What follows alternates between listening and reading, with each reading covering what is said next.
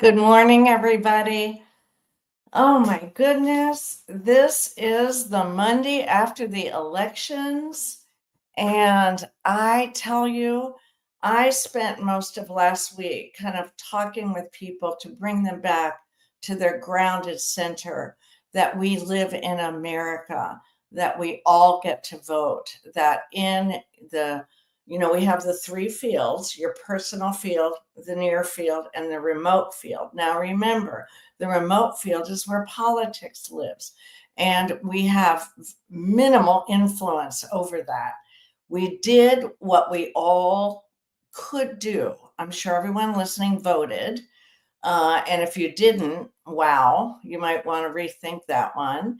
And, for the next time. And for those of you that were so inclined, you sent financial support and physical support, maybe doorbelling and knocking. But what it was so interesting for all of you is to be grateful that we live in America, that we get to vote, that we have free and fair elections, even though the big lie would is still pervasive. It amazes me about the IQ of America, but okay. And so last 2 weeks ago, we did Gary's blog on kindness and politics, and I'm doing it again because the when we were in our business circle on Wednesday morning after the election, and everybody was in shock at the outcome. The card that we pulled was synergy. And I really want us all to think about the message on this card. Your angels, my angels, our guides, all of us came right in and pulled this important card with this message. So, synergy, choose synergy over egotism. Now, isn't that kind of funny what they chose? How about this? Synergy is the powerful interaction that arises when two people, now you and I do two political parties with different visions, cooperate in families, marriages, and business.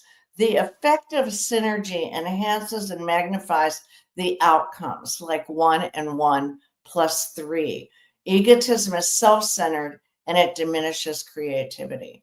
So, for all of those people who voted for a different candidate than I did, all of those people who I am sure were thoughtful and had their reasons to vote for who they did, we will hope that they will all lay down their prickly,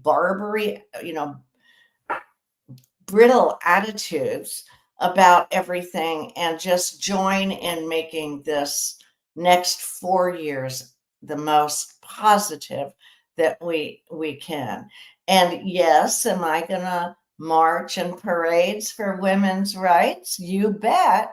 That issue never stops.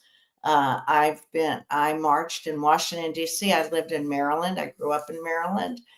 And I marched in Washington, D.C. for ERA and for all the other times that there was an opportunity for women to take control of their bodies. So, is that still important to me? Absolutely. Yes.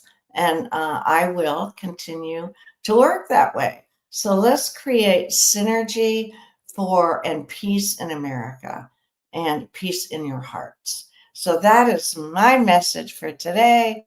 And I'm going to end now. There we go. And I'll see you peacefully